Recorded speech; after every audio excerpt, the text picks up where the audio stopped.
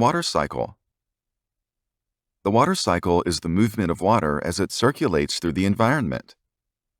The main parts of the water cycle are 1. Evaporation. As energy from the sun heats up water in rivers, lakes, and oceans, water turns into vapor and rises into the air. 2. Transpiration.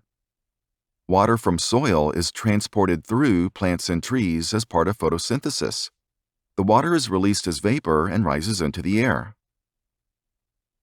3. Condensation. As the vapor rises into the sky, it cools down and turns back into water droplets, which combine to form clouds. 4. Precipitation. Water droplets and clouds collide and grow until the air can't hold them anymore, and the water droplets fall back to the earth as rain or snow.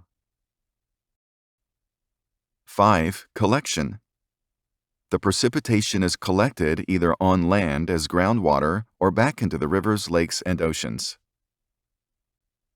The sun heats the collected water, and we have the water cycle repeating over and over and over again.